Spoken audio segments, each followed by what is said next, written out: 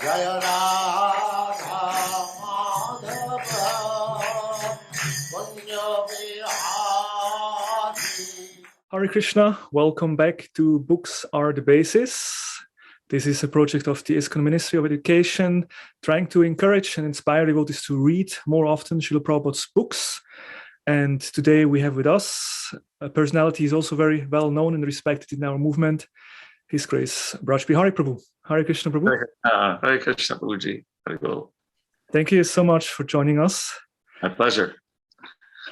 Vraj Bihari Prabhu joined ISKCON in 1977 and served the first 10 years as a book distributor at ISKCON Detroit, preaching, and then focused on education. In 1989, Prabhu moved to Vrindavan, where he served at the VIHE, the Vrindavan Institute for Higher Education. He served there as a teacher, also as a director.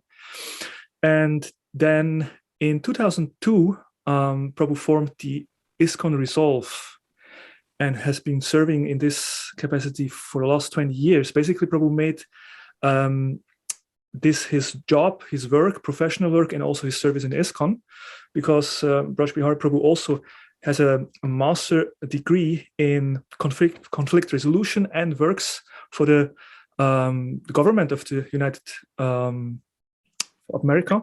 Yeah. And also has served in India also. Yeah.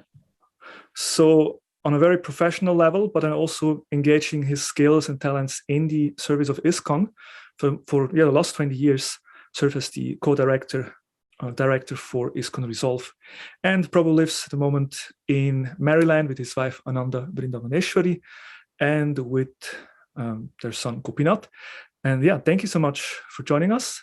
So we are curious to hear about this also connection between your service and the importance of Prabhupada's books. And yeah, sure.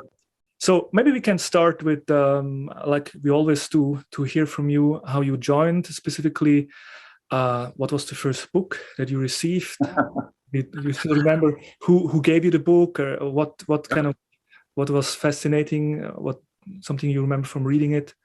Well, I was in high school in 11th grade.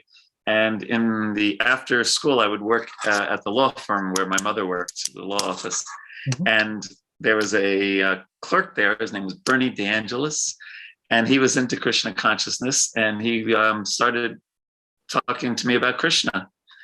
And that was 1975. And he gave me the Bhagavad Gita. And he also, the next year, he said, would you like to see Srila Prabhupada? Because he's going to be at the Rath Yatra parade in New York. So I got to see Srila Prabhupada at New York Rath Yatra in 1976. And I guess my first impression was, this is really a cool book. And I picked up on one term. Prabhupada said, the poor fund of knowledge. I thought that was such an amazing term. And I would go around in school saying, you have a poor fund of knowledge. Look at me like, what are you talking about? I just really loved that phrase. And then one other thing I remember very distinctly was reading first chapter, verses 28 and 29, and running into my first crisis of faith. Because in 28, Prabhupada talks about how soft-hearted Arjuna was as a Vaishnava. And in 29, he talks about how he's on the material platform, material lamentation. But I remember thinking about it, talking to Bernie about it, and concluding that, well, yeah, someone could be both. And I just reconciled it. And that really helped me a lot in actually for years and years to come. So that was how I first came in touch with Prabhupada's books. So the Bhagavad Gita was it, and then you still really good. Yeah. And then I ordered, and you could do this in those days. I ordered all of the back BTGs, back to like the 60s. Oh, wow. And I got a whole stack of them, and I was going through all of them. That was great. And do you remember the reading culture at these early days? You were reading a lot, or you were distributing books? Yeah, well, in the Brahmacharya ashram, we would, definitely, it was very, matter of fact, the whole thing was, you get in the van driving, we would distribute books mainly at the airport, and somebody would read. and whenever you had a break at the from distributing at the airport, you'd pick up a book. That was just that was definitely the culture in those days. And learning shlokas, we would always get these 3-inch by 5-inch cards, and everyone had them pretty much. And you just anytime you have, pull it out of your pocket and memorize a verse. And really, I'd say most of the verses that I know today, I learned those first 12 years as a brahmachari. Yeah, we have many devotees. They have this like memory that these were the days where they got all their training. You, at some point, you decided to go to Vrindavan, and you dedicated yourself in the service of the VIHE. What made you make this move? Well, I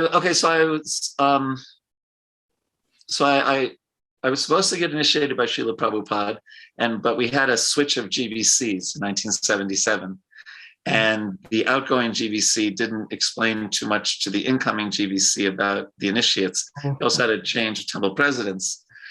So I didn't get initiated by Srila Prabhupada, and I got initiated by Jayatirtha Prabhu in 1978. And he had, his challenges, although I had a wonderful relationship with him. And that was in 1982.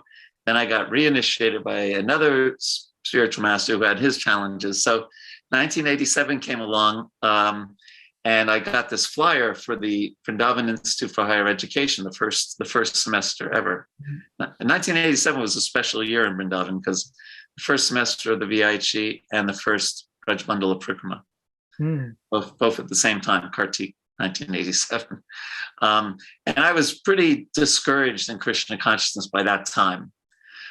But I got this and I said, yeah, I'm going to go to Vrindavan. And I just was so inspired by studying deeply Prabhupada's books, and especially getting Burijan Prabhu's association.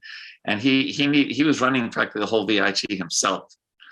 And I said, well, could you use some help? Basically, that's what happened. And he said, it's not exactly the same thing, but like the first time when somebody realized that Swamiji Prabhupada was also washing all the pots and everything in 26-second hours, finally someone came. So I kind of tricked my temple president into going back for the Gaur Pranim semester just a few months later. And then it just became clear that this was where my service was. Never returned to. No, never returned to Detroit ISKCON. Although I have a place in my heart, the first deity that everyone worships has a special place. Yeah. Okay, wonderful. So then you spent many years in studying and then also teaching and organizing the VIHE. 21 years in Vrindavan, and starting in 91, I started teaching this course called Studying Srimad Bhagavatam, teaching the devotees about how to study more slowly and carefully Prabhupada's books. Okay, great. Maybe we can get back to that later also regarding the study. Now, let's talk a bit about your service and your professional, because when we study Srila Prabhupada's books, we are advised to develop this vision of Shastra Chakshu, to see the world through the eyes of scriptures. And I can imagine in your service, trying to help devotees and people in general to resolve their conflicts, that would play a major role. Would you like to share some realization on that? Glad you asked. How if let's say you're buying a car, all of a sudden you notice all the cars and the different types, right? Or if you're buying a watch, you just happen to focus on, the kind of watch different people have, right? You notice that. Mm-hmm. So similarly with Prabhupada's books, I remember as a book distributor, I would just, of course I was reading the books and studying the books, but also when I found something about books, that connected to that service, or I'm sure a pujari has the same inclination. So I had that when I started taking up conflict resolution, and just purports and statements would just start, or pastimes would just kind of jump out at me, and I would see them through a different light than I perhaps did before. So like in this case, I noticed, okay, wow, Krishna, the Gita is taking place on a battlefield, and Krishna mentions the word ahimsa 4 times. And he mentions the word shanti 8 times, so peace and nonviolence on a battlefield, So that was quite a meditation. And then I remember reading, just seeing how many times Prabhupada mentions the word cooperation. Like unbelievable, especially in his letters and his morning walks and things, so many times. And I started just cutting and pasting them, and I got up to like 20 pages, and I hadn't even finished all the conversations. And I just saw it was that was basically how Prabhupada managed ISKCON, through encouraging us to cooperate. And then, just looking at the different pastimes, and there's always seems to be, not always, but often seems to be a way that things are worked out. I mean, look at, Ashvatthama. They figured out a way to kill him and not kill him, right? Indra and Prithu Maharaj, right? They worked it out. Even Daksha, right? Him and Lord Shiva, at the end, Daksha was meditating on Lord Shiva, and they worked something out again and again. But even Vritrasura, though he was killed by Indra, there was a negotiation going on there. And Gajendra and the crocodile, and what to speak of Parvati's curse of Chitraketu and things, somehow or other things work out in the end, and often by, some kind of meeting of minds. And I thought I would quote one. Prabhupada writes that, disunity between individual souls is so strong in this material world that even in a society of Krishna consciousness, members sometimes appear disunited due to their having different opinions and leaning towards material things. Actually, in Krishna consciousness, there cannot be 2 opinions. There is only one goal: to serve Krishna to one's best ability. If there is some disagreement over service, such disagreement should be taken as spiritual. Those who are actually engaged in the service of the Supreme Personality of Godhead cannot be disunited in any circumstance. And there's so many quotes like that. I won't quote the whole thing, but one time Prabhupada says, if we fight on account of diversity, that is simply the material platform.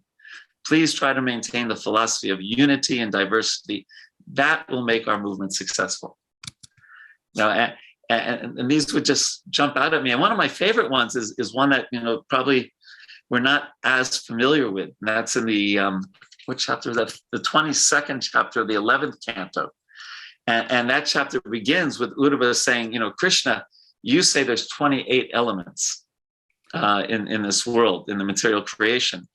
But some authorities say 26, some say 25, some say 7, 9, 6, 4, 11, 17, 16, 13. And Uddhava says, well, what did each of these sages have in mind when they calculated the creative elements in such different ways? It's just like so many different ways to explain the material world. And I love in the 9th verse, Krishna says, therefore, no matter which of these thinkers is speaking, and regardless of whether in their calculations they include material elements within their previous subtle causes, or else within their subsequent manifest products, here's the point: I accept their conclusions as authoritative, because a logical explanation can always be given for each of the different theories. So devotees can have different points of view on things and both be right, or 5 or 10 of them could be right. Now, of course, there's boundaries, within philosophy, and they go outside the boundaries, and then they become bogus. But I got so much inspiration from that 11th canto that we can be explaining things or looking at something in a different way, and both can be right. So yeah, and I have, I could go on for an hour about this. There's so much in actually Srila Prabhupada's books and his teachings on this idea of resolving conflicts. Yeah, we can feel your enthusiasm, and that's amazing. It must be very inspiring for you to, doing such a service, doing such a profession, and then finding Srila Prabhupada's statements, just confirming this again and again. Yeah. And of course, if you especially deal with devotees, this gives you a strong, like, you have books are the basis. Prabhupada's teachings are there, which on you can base your service. Yeah, it's enlivening. What else you got for me? Well, you mentioned how Prabhupada make this point that if there is this unity between the devotees, if they have different opinion, that should be seen as spiritual. That's quite a thought-provoking statement. You'd like to elaborate a little bit on that, just that we. Well, it's connected to that 11th Canto quote, right? That we can be, we have our different ways of seeing things. They're based on our purva samskars, our previous, impressions from previous lives, our early training in Krishna consciousness.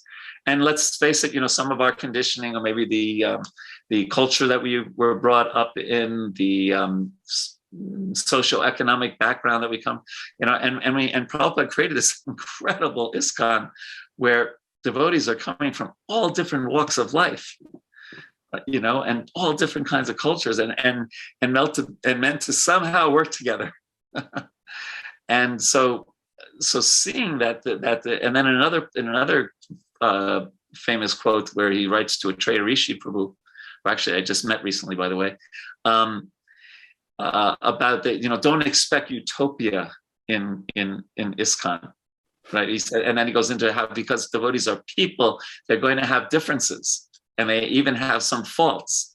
And then he says, but because they're devotees, they're better than kings, every one of them. And so I find when there's respect amongst devotees, even with different opinions, and they listen to one another, I find that Krishna appears in that Sangha, and amazing things can be worked out. But there does have to be Vaishnava etiquette, Vaishnava respect for one another, and the ability to have a dialogue, not just a debate, but a dialogue, to listen, to hold on to your points of view, but also to listen to other devotees' points of view. And when that atmosphere is created, I really feel Krishna almost like descends in that conversation and helps devotees work things out. And I've seen it happen hundreds of times. So if the culture of respect is there, and then if both parties can understand that actually we're just trying to serve Krishna in our own ways, so then there is always a way to find. Yeah, and it's not always there in the beginning, but it's part of the mediator's service to, one, create the right atmosphere, and two, to kind of induce the mode of goodness, and even just in the atmosphere of the Sangha, and ask questions in such a way that the devotees start understanding each other better. Yeah. Otherwise, we tend to pigeonhole that person. We make us all kinds of assumptions about each other, and then we get a chance to clarify those assumptions. Mm-hmm. Such an important service you're rendering to our movement. Now, when devotees starting to discuss and argue with each other, often they quote Prabhupada. Prabhupada said, and Prabhupada said this. Of course, that's a topic in itself. But yes, Prabhupada certainly is there in his books. When we read Prabhupada's books, we can understand Prabhupada's mood and mission. We have spoken with many guests that they experience Prabhupada in his books. Like when we open the pages, we actually can associate with Prabhupada. So I wanted to ask you about realization you would like to share with us in regards to Prabhupada's presence in his books. Well, what Prabhupada once said, so there's nothing, this was towards the end of his being with us, he said, there's nothing new to be said. Whatever I have to speak, I have spoken in my books. Now you try to understand and continue your endeavor. I like that a lot. And then he also said, the instruction given in my books is supposed to be personal instruction. Yeah. When we read Bhagavad Gita as it is understood we are receiving personal instructions from Krishna. There's no physical barrier in the case of spiritual affairs. And so we're associating with Prabhupada when we're reading his books, we're associating with Krishna, we're associating with Arjuna, with Sukadeva Goswami, with Maharaj Parikshit, with Sutta Goswami, Shonaka Rishi, Narada Muni. In the fifth canto, in the fifth chapter of the first canto, where Prabhupada says that he thanks Narada Muni for kindly appearing in this chapter. So and so we're getting Prabhupada's association, and when you read now, there's so many wonderful books, right, about Srila Prabhupada. The latest one by Giriraj Maharaj, and we see the potency that Prabhupada, that devotees experience when they associated with him. And so in several places, he said, you get that, we know Vani and Bapu, right? You're getting that same association by reading Prabhupada. And even I think it's the 9th chapter of the first canto, where Prabhupada writes that the same benediction that Bhishma Deva got by seeing Krishna face to face as he was leaving this world can be had by anyone who reads the Srimad Bhagavatam. So like, oh, right. Yeah. So it's so powerful. I remember Burijan Prabhu once saying, so he was fortunate to have Srila Prabhupada's association in many places, and often with very few other devotees around in Fiji and Hong Kong, etc., Philippines. But he didn't do any deity worship. He was never in a temple that had deities. So many years later, he was in Dallas and he got to go on the altar of Radha Kalachandji. And he felt that atmosphere being with Radha Kalachandji. And he said, where did I feel this before? And he said, it was with Prabhupada, because Prabhupada was carrying Radha Kalachandji with him. And so we get that by associating in the right way, especially with Prabhupada through his books. So he performed so many austerities to write these books, right? Getting up early in the morning every day. And I don't know if for you, Prabhu, but sometimes I have to do management or other things, and it's hard to just shift gears immediately and start, Om Namo Bhagavate Vasudevaya.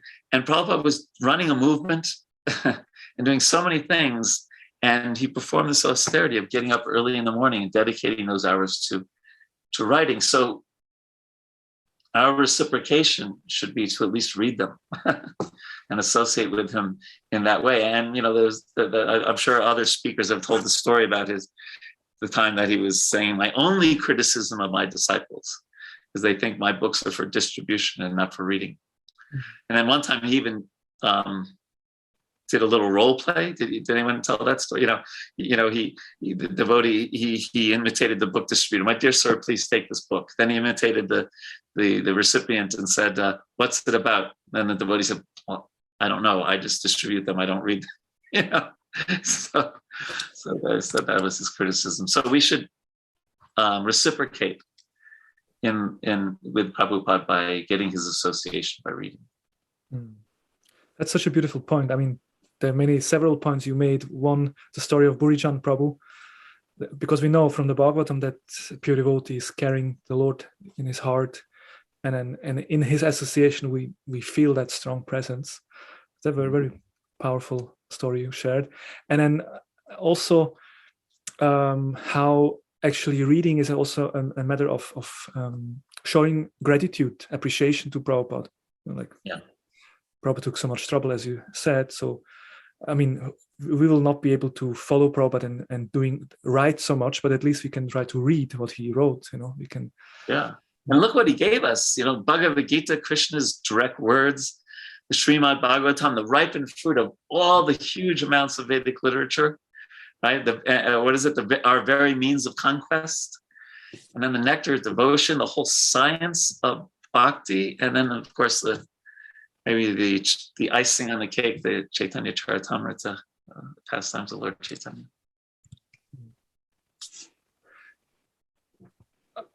Just one question that comes to my mind in regard to approaching Srila Prabhupada's books in order to have such an experience, like experiencing Prabhupada's presence. What would you say is the proper attitude to read in order to have this experience of Prabhupada's presence? The right attitude.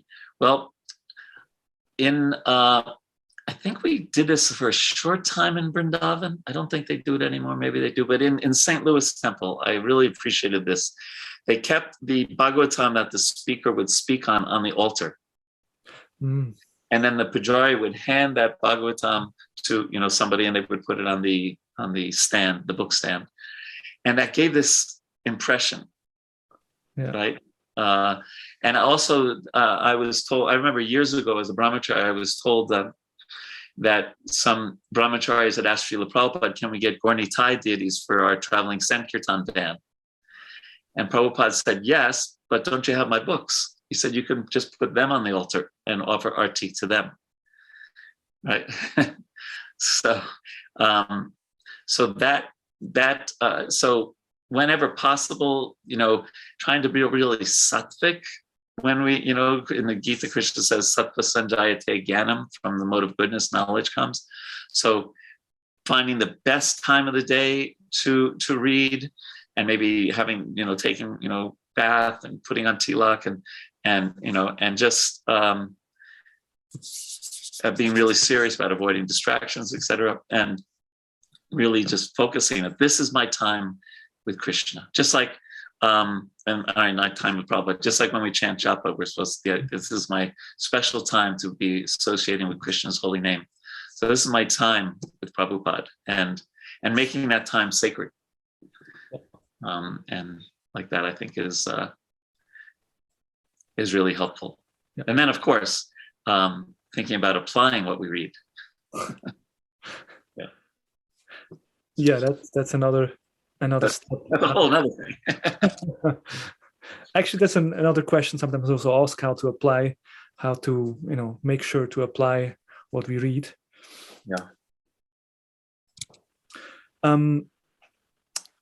Another thing is, of course, you're very familiar with our movement. You have been working, especially in your service, you have seen a lot of difficulties, challenges, and you try to help devotees to solve all these difficulties.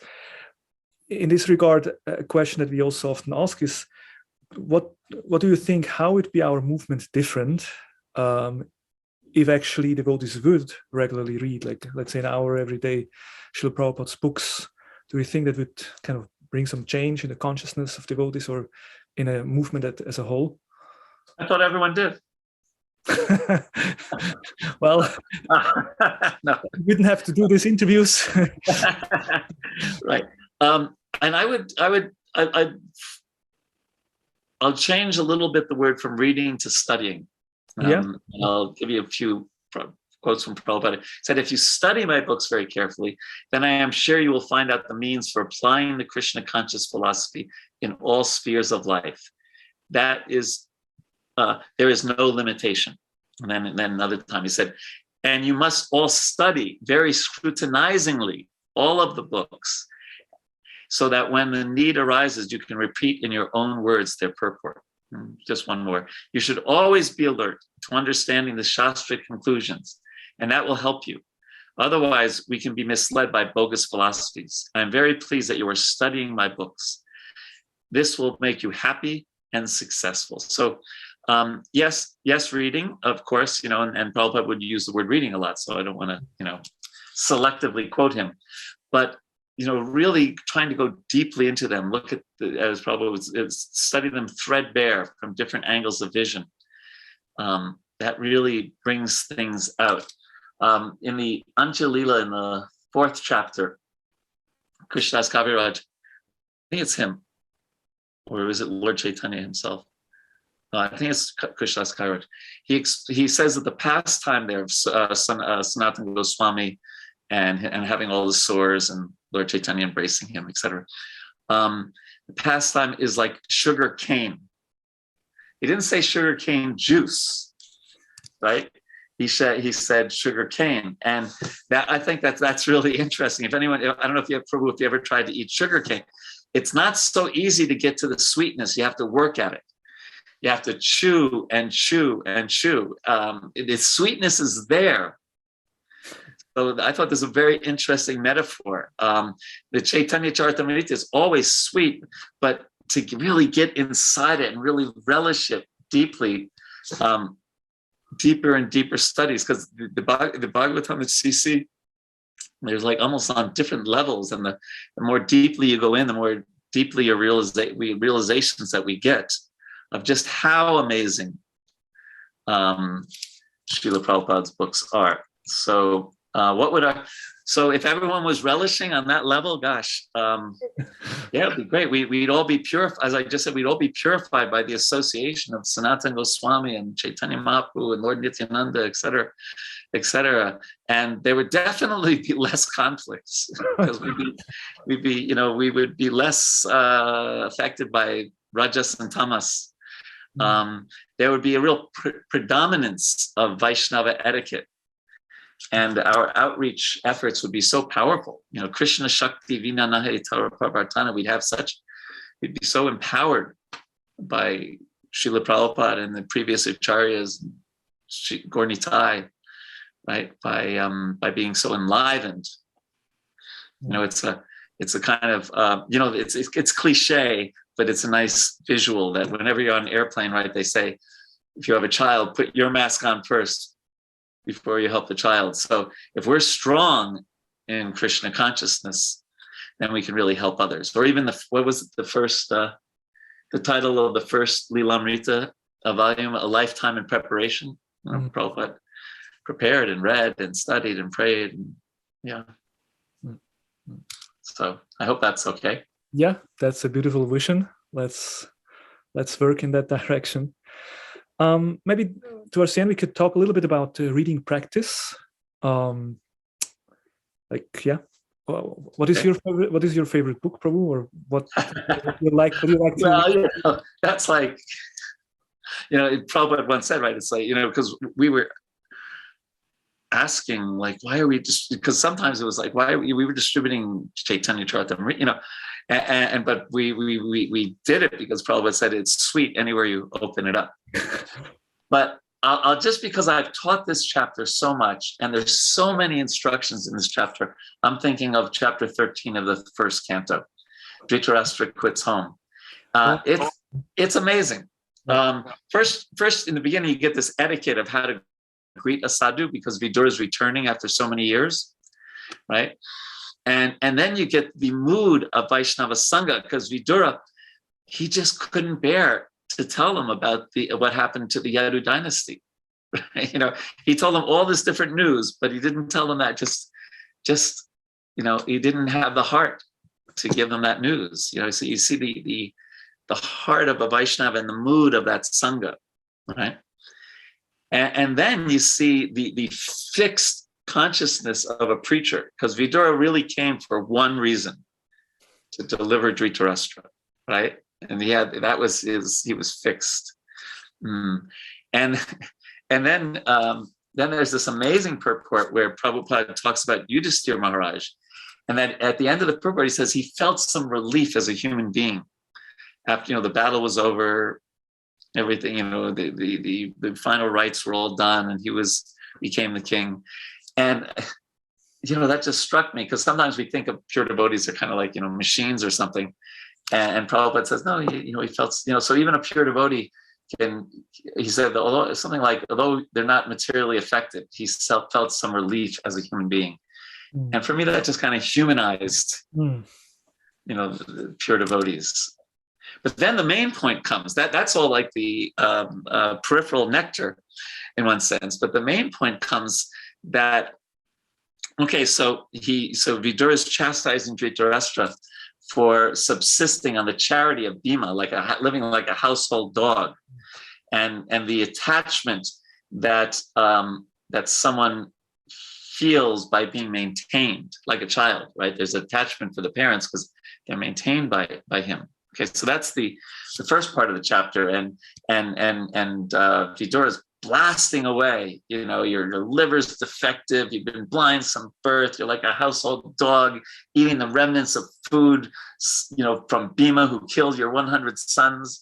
This is an embarrassing situation. Get out of here. Go to the north, right? So that the attachment of being maintained. So then they go, Gandhari and Dhritarashtra and Vidura leave. And then the next morning, Yudhishthira is looking around. He can't find Gandhari and Dhritarashtra. Where are they? Where are they? And he starts, feeling, he protected us so much when we were children. So really, he's only looking at the good side. That's another sign of a Vaishnava, by the way, right? And then so in that situation, Narada comes, right? And Narada says that, basically you're in Maya for thinking you're the maintainer. So Dhritarashtra's in Maya thinking that that someone else other than Krishna is maintaining him. And Yudhishthira is in Maya, so to speak, for thinking that he, instead of Krishna, is the maintainer. Because Narada says, how will they exist without you?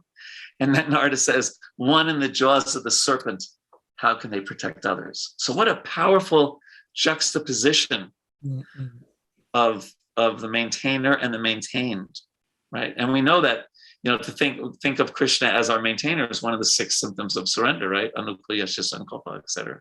So it's such a powerful chapter.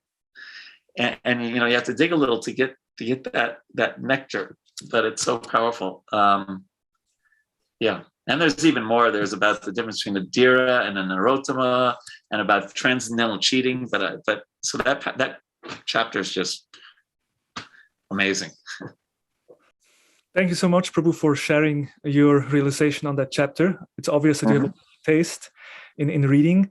Now, some devotees, they do not have such a taste, so they find it difficult to get access to Srila Prabhupada's books.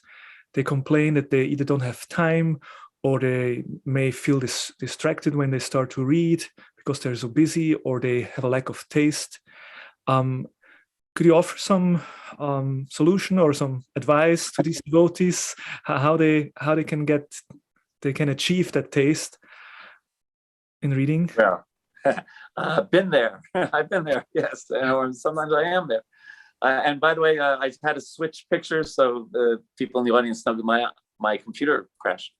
So, well, let's deal with a few points. Lack of time, which is often a thing. Devotees live busy lives. We do have to take a little step back and think what are some priorities in my life. Right? I used to love this quote. It was by a Christian. He said, "I have so much to do today. I better spend some extra time praying." So, and I find for myself, when I'm in good consciousness, when I'm sattvic and have, tried to chant nicely and read, I get actually a lot more done in the day because I'm not so splayed out. I'm more focused, even because I have a job. I work for the United States government in conflict resolution. And even in that, which is not direct devotional service, I find I get a lot more done in less time by having good sadhana. So we do have to find that balance. And there's a nice saying that what we do regularly has a much bigger impact on our life than what we do occasionally. Right? So getting into good habits. It said that almost 50% of our life is habitual. We don't wake up every morning and think, okay, now what do I have to do now? Brush my teeth, or should I, right? We have a lot of things that we do habitually, and as devotees, especially those of us who are trained in the ashram, we probably it's more than 50%. Right, because we have quite a regulated life, and Mangalartis at this time, and greeting the deities at that time, and then in book distribution days we go out on that time. We come back in this time, hot milk and Krishna boat, take rest. But at least 50%. So it's good to look at those habits and try to make good ones. See the advantage of a habit is that once it's a habit, it doesn't require willpower. Because, the willpower, oh yeah, I should be reading now. Oh, I have so much else to do, but I should be reading. But if it becomes a habit, we don't have to, we just say, oh, it's time to read. Right? So it's just like if I had a scheduled meeting with my spiritual master, or with a very senior devotee, or at work with my boss, my supervisor, I'm going to keep that appointment. I mean, basically, unless something terrible happens, I'm going to be there on time, right? So it's great if we could put into our schedule a time to read and treat that. You said an hour, whether it's 2 hours or half, whatever the time is, and treat that the same way we would treat an appointment, like I just mentioned. And just like, unless something really, but what we often do is say, oh no, it's reading time. Yeah, well, I can skip that. I can make that extra phone call or whatever. But if we treat that time in our schedule like we treat other important appointments, that can really help. And then as far as dealing with distractions, there's a poet in the 1930s, his name was T.S. Eliot. And he wrote this one line, distracted from distractions by distractions. And he considered the greatest evil in the world newspapers, that they were such a distraction from real life, right? So what to speak of cell phones, right? Mobile phones, or computers, or the internet, and things like that. So we have to actually consider these technologies really carefully. Do I need to be on social media? So me, myself, I'm not on social media at all. No Facebook, no Instagram. Okay, LinkedIn, maybe once a month I look at it. But I just decided, now I know they can be used for preaching and for outreach and things. So I'm not, but they can also be like incredible, what we say in America, rabbit holes. You go down and you don't come back till an hour later, and then you're agitated. So, do I need to use social media, or if I do, how should I use it? Right? It makes a great servant and a terrible master, right? All these newsletters that I get, I'm not necessarily devotional ones, but sometimes we get this and that. Can I unsubscribe from all those so they don't clog up my in-basket? And, I do something a little extreme. I can't show you because I'm using my phone right now, but I have this container here, and around 8 o'clock at night, I put my phone inside, I close this, and then I can set the time. And I usually set it for about 12 hours, right? And then it opens up 12 hours later. So 8 o'clock in the morning. And I can't, unless I want to break this thing, and I usually, I don't want to spend the money. This thing costs, $40 or $30, whatever it costs. I'm not going to break it. So I just literally can't look at my phone. And the temptation is gone because it's locked up. And then those 12 hours, I get my rest. I do something before taking rest. I read or something like that. Then I get up, I chant, and then whether it's 8 o'clock, 9 o'clock, 10 o'clock, 7, whatever works for us. And I find that's really, really helpful. Wow. And, it's not like, 99.9% of the time, it's not like some great emergency arose, that I couldn't react to. So really consider how we use technology, because it's a huge agent of the illusory energy. Wow, right? that was a very practical advice. I like that with the mobile. Yeah. So you mentioned about habit. If it becomes just a habit, then it's much easier. And then also basically making priorities. If you understand that this is actually important, then we just plan the time to do it and make sure that do it. Yeah. And so there's jaundice in the beginning that, there may not be a taste, but you actually get the taste very quickly. And then you think, my God, why haven't I been doing this for months and months? That's like the normal reaction. Yeah. In the preparation of this interview, you mentioned something about prayerful reading. Do you like to tell us about prayerful reading? Yeah. Okay. Thank you. So it's actually a article that Vraja Prabhu wrote many, many, many years ago in this. And I'm sure that you've had, I would assume you've had Vaisheshika Prabhu or Keshav Bharati Maharaj on the call, and they have this wonderful, they even have an app, right? Be a Sage, right? And the idea that if you read 41 pages a day, you'll read the whole Bhagavatam in a year, right? And things like that. And that's fantastic. That's wonderful. This is another approach. And in prayerful reading, it's less of an intellectual gathering of information and more of an attempt to really allow the Shastra to affect us. Not that other things don't affect us, I don't mean that, but that's the focus. And so it's really an attempt to gain association and really carefully listen to Krishna's message and let that potent message, let those potent words sink deeply into our consciousness. So it's not so much about reading for quantity, but it's more about, trying to get deep purification through associating with Prabhupada, associating with our acharyas. And so it's very simple. It's a very simple process. It's not complicated, right? But, you decide what you're going to read. You try to make an atmosphere of uninterrupted. You put your phone in there, right? And you just say, okay, this is my alone time with Prabhupada. You find a comfortable place. I mean, all the other things we would do for any kind of reading, basically. But so then you start reading, and you read slowly, and you read until a word or a phrase or an idea catches your attention, and then you stop. And you may read it again, and you may read it 2 or 3 times, and you really kind of think about that point, right? And try to, really deeply assimilate it into our consciousness. And you stay with that as long as you want to. Really, you may only get through a paragraph, or you may get through a chapter, but and then after that, then you go on to the next one. Again, you stop when something really affects your heart and meditate on it. So by slowing down like this, it can really have quite a effect on us and feel that Sangha. So one can try this on an Ekadasi or once, whatever works for someone, but it's just a different approach. And you may even keep a journal.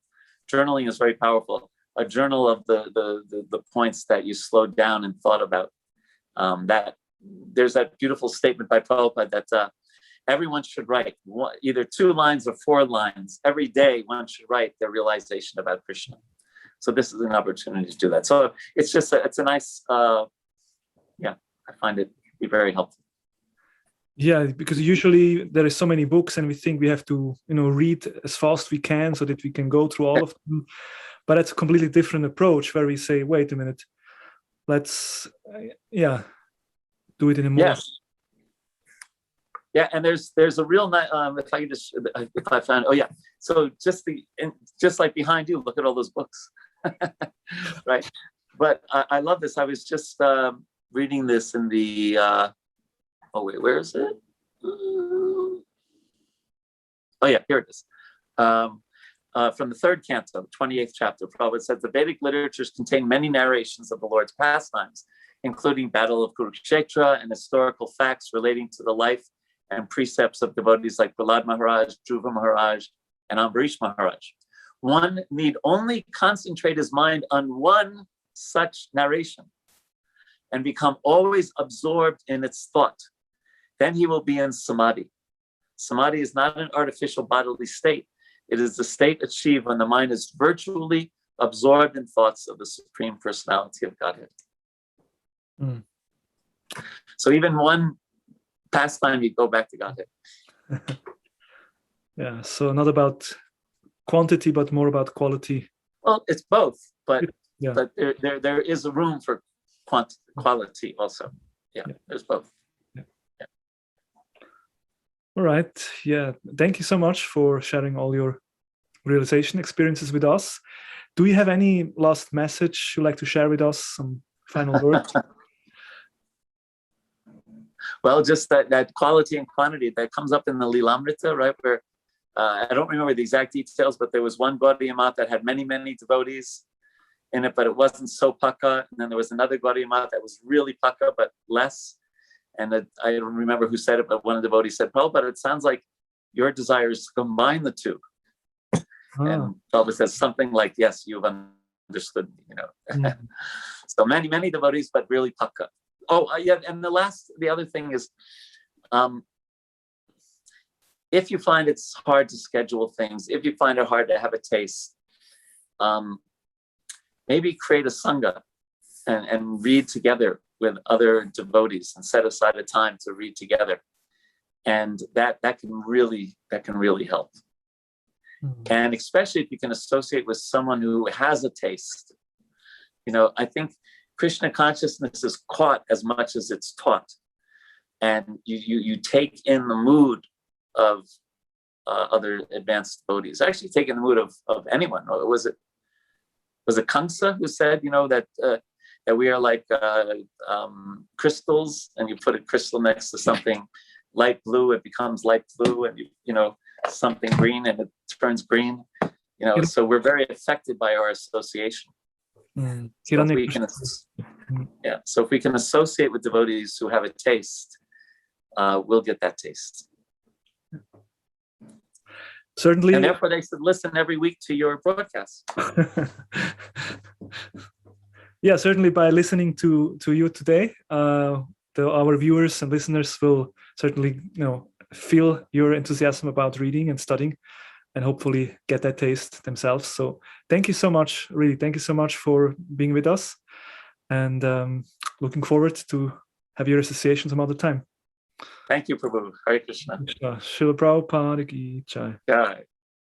Hare Krishna, Krishna Krishna, Hare Hare, Hare Rama, Rama Rama, Hare Hare.